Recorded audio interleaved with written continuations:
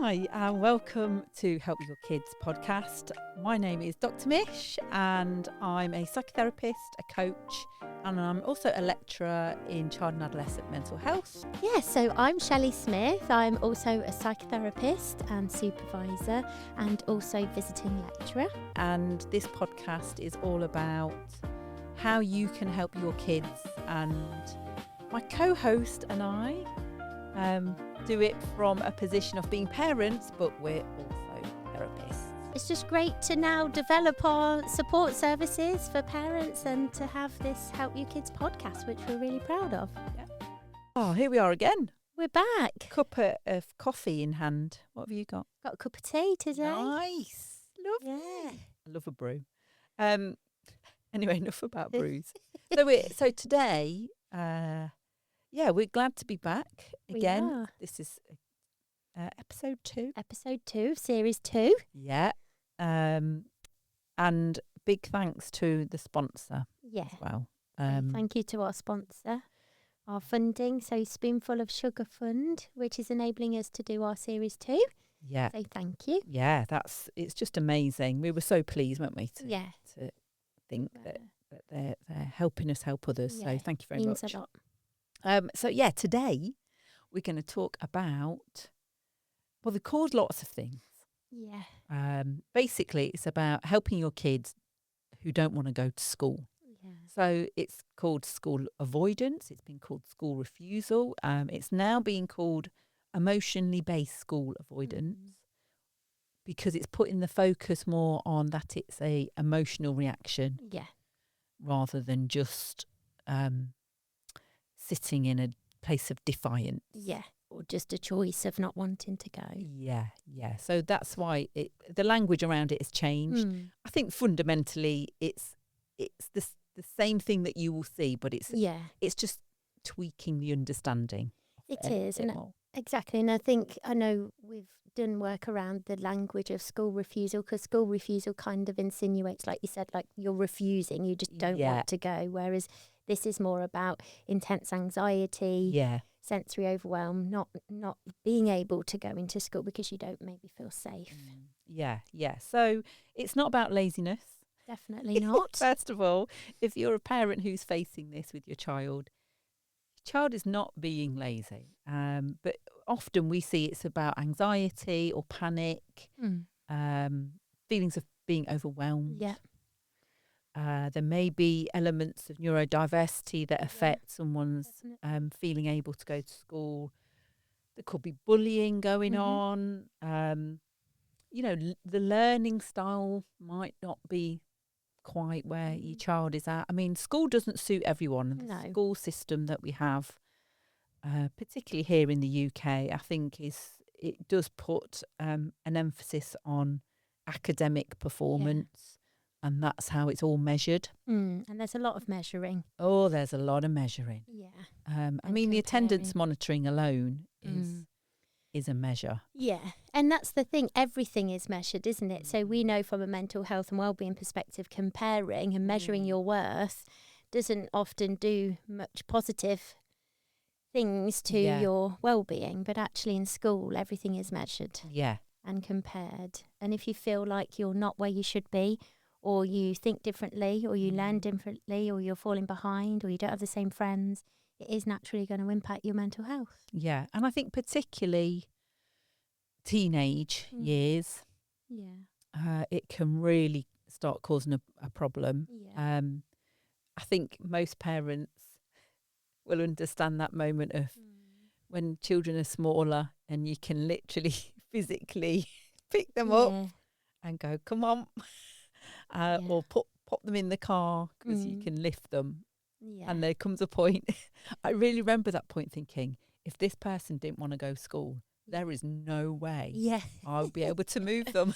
Exactly, they get bigger than you. And just thinking, oh my gosh, what happens if you've got a child who's growing at the rate teenagers often grow? And you can't just you don't have that same control, do you? Don't have the same control, So I think this is really relevant. I mean, there will be some younger children that have emotionally based school avoidance, but I suppose what we're talking to mainly here is around teenage years. Teenagers, yeah. And we know that the teenage years are tricky. There's lots going on for teenagers, lots of friendship changes, lots of developmental changes. Yeah. It's not an easy time. And then if they're particularly feeling overwhelmed or anxious about going to school, it can be a bit of a recipe for disaster, I think. It can. And I think it's that time where you don't have the same control, do you? You have to go to school, you have to go to college, you have to attend those lessons, you have to do certain subjects even if you don't like them. You've got to go into that place at lunchtime or, break time or walk that way to school. So the feeling of having choice is not the same. And I think we know that when we don't feel in control or we don't have a choice, sometimes naturally anxiety can increase, can't it? Yeah. And then if you don't feel necessarily safe or you don't feel secure or you don't feel like you have got a little team around you, it can feel like almost sending someone into a fire. Yeah. It's something that naturally our anxiety, our nervous system's going to go, no, you can't do that today. That's not good. Yeah. So it's no wonder that you'll just like literally stop. Just I can't do it. Yeah. And it may be that language around like I can't do it maybe means can't do it right now. Yeah, can't do it yet. Yeah. But So how can we support them to be able to do it? And I think there's this whole, we were talking about measuring. There is this whole thing around attendance monitoring, which I totally understand. And equally, I feel like it can be a bit of a stick to bash parents with. Yeah. But to make it clear, we're not in particularly being mean about teachers and what. No, not at all. They do an amazing job. Yeah, They? I mean, it must be really, really hard. I've got friends that are teachers, and it's the juggling of what they have to do. So it's not we're not necessarily saying schools are wrong in their attendance monitoring, but that's not the only way that you measure people. Yeah. And I suppose as a parent, you hope that your child can go to school and feel safe, feel secure, feel regulated, and I don't think that happens a lot. I think in our experience working with different people, different families, I think you see those challenges, don't you, where children and young people can sometimes not feel safe, or you might say, well, who can you tell about that in school? And if they don't have a trusted adult, they're not necessarily going to just be able to go to the pastoral office or the wellbeing lead because that's their role. You've got to actually feel safe and feel you've got a connection with somebody for you to show that vulnerability. And I know we've spoken about masking before, but for those children who are masking, they're working super hard to not let anybody kind of see that they're struggling. Yeah. And that can be so exhausting to the point that, if you're then not sleeping, you're not eating. Yes. Then getting up and doing that whole thing again. Yeah. I mean, the anxiety around school can be huge. And I think, if we add in some of the relationships that can happen at school, which are challenging, unhelpful, bullying, and you can't escape that either. Yeah. So I suppose if your child is starting to show signs of emotionally based school avoidance, it's the real fine line between quizzing them on it and supporting them enough. And where is that line? I don't think it's an easy thing to navigate. No, I don't think it is easy, and I think it takes time because sometimes we're not sure what's what. Like it first of all might present in a way that you might notice they've got more headaches, they're having more sick days, or they're feeling more stressed. So it kind of builds up, doesn't it, sometimes? Or it might not build up, it might be very sudden. Yeah. Because they've got to a point of, I can't do this anymore. So I think it is trying to keep that communication going, and where you possibly can, trying to have the school on your team so you're all working holistically around the child. So it's kind of thinking, well, what can you manage? If you can't manage that full day, could you be having a gradual plan to maybe build that back up? But also you still want to have your boundaries and your rules of, you can't just say, well, just stay at home then. Yeah. And often there's a cycle that gets going. So if you're avoiding, you can reinforce that cycle by staying at home. And also there's speaking as a parent here, the morning routine cycle does that create a movement to go to school, or is that creating an environment that says stay at home? And how you work as a family to get that morning routine right is really tricky. I mean, I always went for really low drama as much as possible, like a calm house to keep everyone and myself calm. Because I always think mornings can be really stressful. And I used to see families, particularly when the kids were young, see families on the school run that clearly had a stressful morning. It was like all over them. You could see it. See it in the parent. You could see it in the children. And so I really took from that in terms of how do I want my children's experience of those mornings to be, and how do I need it to be as well. So I needed it to be calm. So we just had roles for each other, and we put rules around things and what will work as a team, and we had conversations around that when we could around what would work. Yeah, I think that's it. And again, we know routine provides structure, and that in itself provides a sense of safety because we know what's coming next. Yes. Whereas if we don't have a routine, it can feel very chaotic. And then, we know the teenage brain, you're not going to be able to maybe keep a track of the time as much. So you might need a reminder, or you might need to set your own alarm and kind of have little markers to know when you do what. Yeah, leave by this time. Yeah. That as an alarm is a really good one.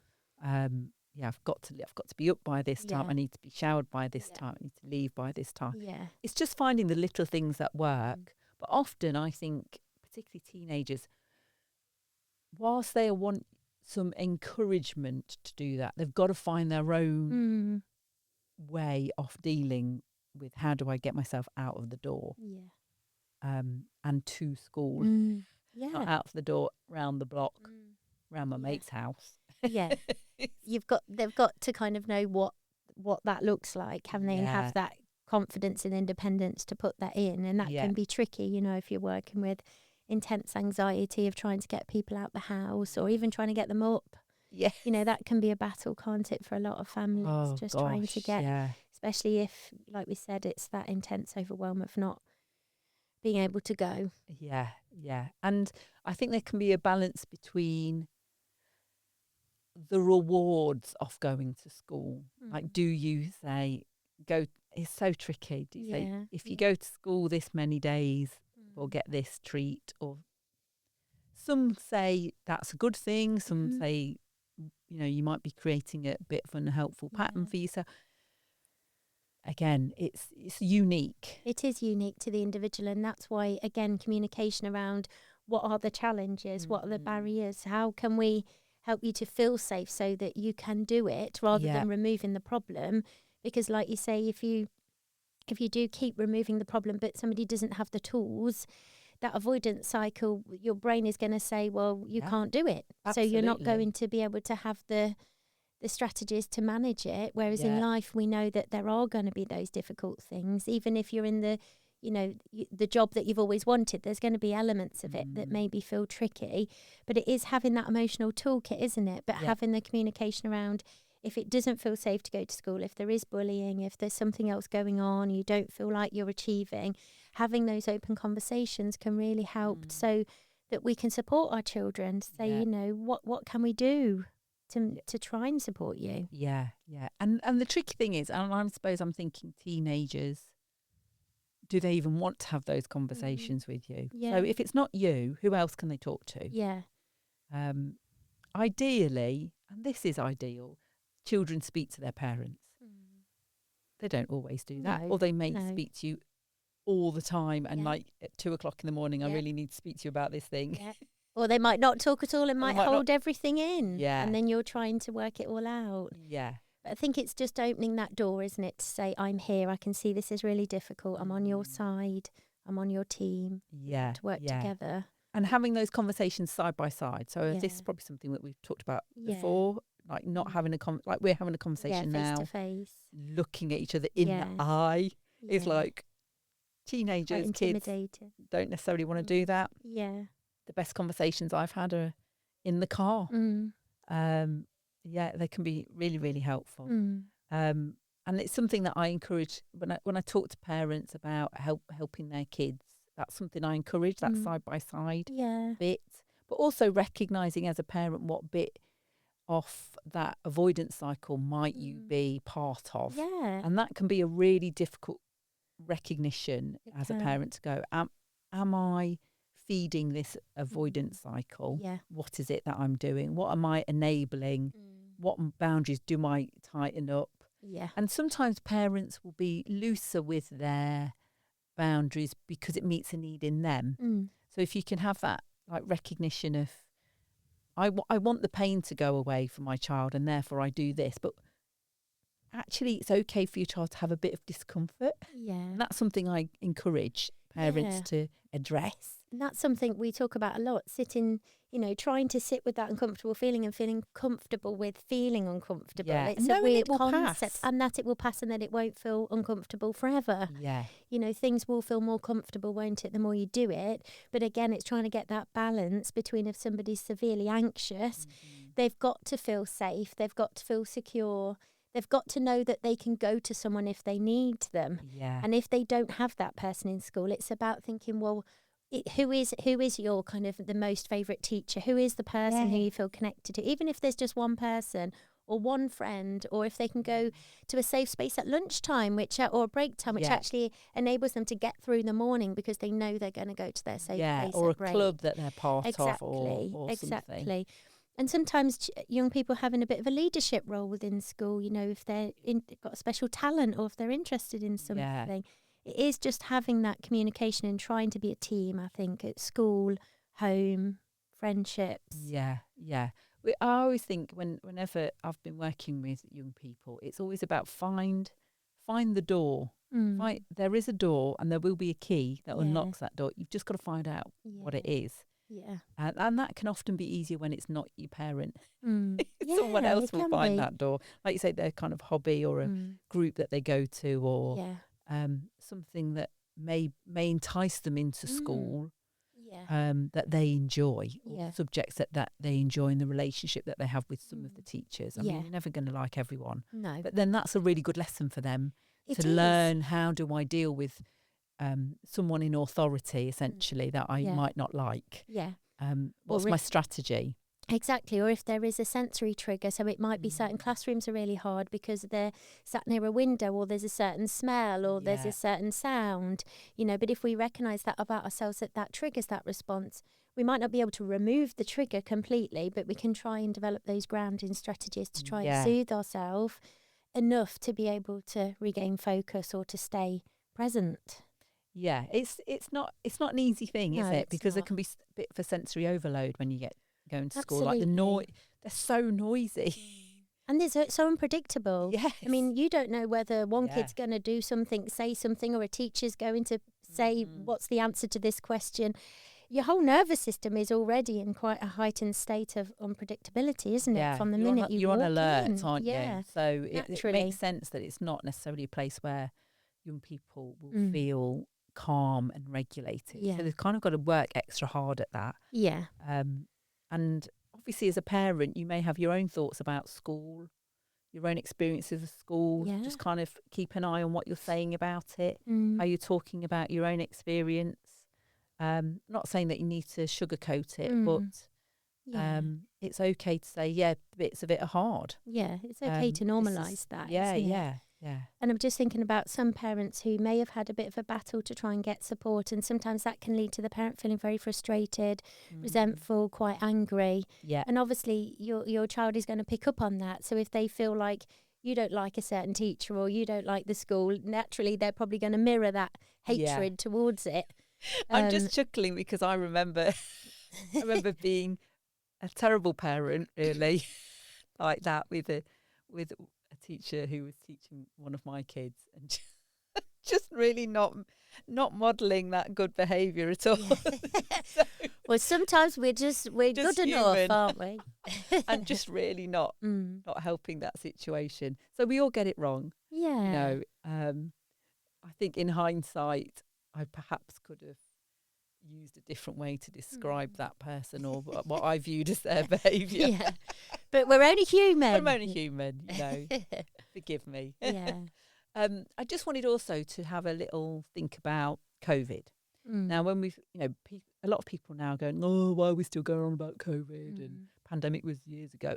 It absolutely was. But what we're seeing now is particularly for children that were in primary school and now going up into secondary school, or it's really tricky. It is There's, really there's, tricky. There's still trickiness from COVID. The impact, I don't think we were quite prepared for the impact of having school removed from people, what that would be, not just for the students, but also for how people's perceptions of school had dramatically changed. Absolutely. So there seems to be, and sometimes a bit of a narrative of we don't need to go to school, that we managed it in the pandemic. I feel like there became a wider divide between the communities and school. And some of the work I've done before has been supporting teachers' well-being, and that's something that's certainly come across, that teachers weren't able to deal with it, students weren't able to deal with it, families weren't able to deal with it. It was such a difficult time, and the thing is, we can all remember lockdown and COVID, and there'll be elements of grief, there'll be elements of sadness or anxiety, but there's also, for many people, lots of positives. You know, the spring, the summer, as much as homeschooling might have been tricky, you know, having less pressure. So there's pros and cons, but again, in our training and the things that we try and raise awareness of, it's that the impact of the pandemic is still here. And it's something, it's like, well, that happened in the past, we don't talk about that. It's like a dream. It's like something that happened that we don't really connect with. But we see that in, you know, early years, school readiness, in primary school, secondary school, you know, even people who are now at college and university, they may have not sat those exams in the typical way, or they may not have had that structure. And kind of having school removed meant that a sense of routine, sense of structure, a sense of connection was gone in an instant. So we know as human beings, we like to know what's safe and what we're doing. And then all of a sudden, if we kind of lose that, we lose our resources, lose our connections with humans. We're overwhelmed, we're out of control. We don't really know, are we allowed to do that? Are we not allowed to do that? When am I going to see that person? And that just doesn't go away. So then when kind of COVID and lockdown kind of, you know, it was kind of almost like get back to normal now. But our normal is never going to be the same. We have a new normal. We do, And that's, you know, we can't just suddenly, I'll go back then. I'll go back to going to 5 lessons a day, or I'll go back to this environment where actually my body's gone. I don't like that environment anymore. So it's a huge thing that we need to keep raising awareness of.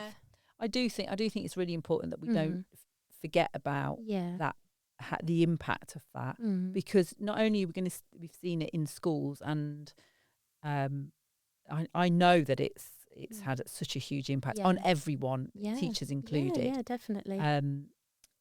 But we're not just seeing it in schools. That's translated in future to work as well.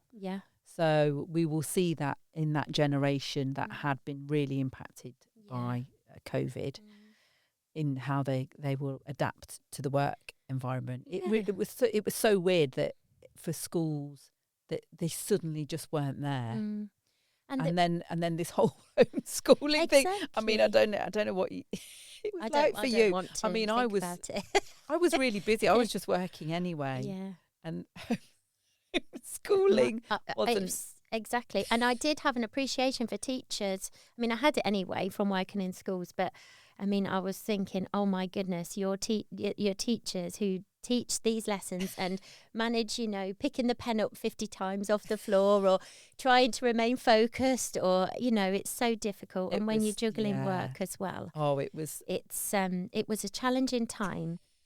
definitely was But yeah, challenging. how grateful we are for those teachers, for those key worker children who kept that consistency, kept that routine, Yeah. sense of safety for them. Yeah, yeah. Mm. So it's important when we're thinking about the emotions that are underlying school avoidance, Yeah. the different layers that might be there. Mm. And I think as a parent, if you can have any discussion, again, in a calm place, when your child is regulated, Yeah. if we can have those discussions, Mm. it will really help. Be Yeah. open Yeah. about not just your experience of school, but also that you understand, most adults have been through school, Yeah. so they get it, and I realise it's very different. Mm.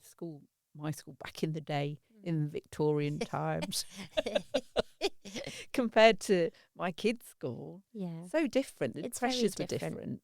Exactly. And there's still kind of this sense of, especially when you go to secondary school, that you've got to try and find your fit. There's almost like a tier system, isn't there? So you feel like you've got to fit, and maybe you feel pressure to fit in a place where you don't want to be. And it can, there's a lot of judgment, isn't there, on Yeah. yourself, from other people.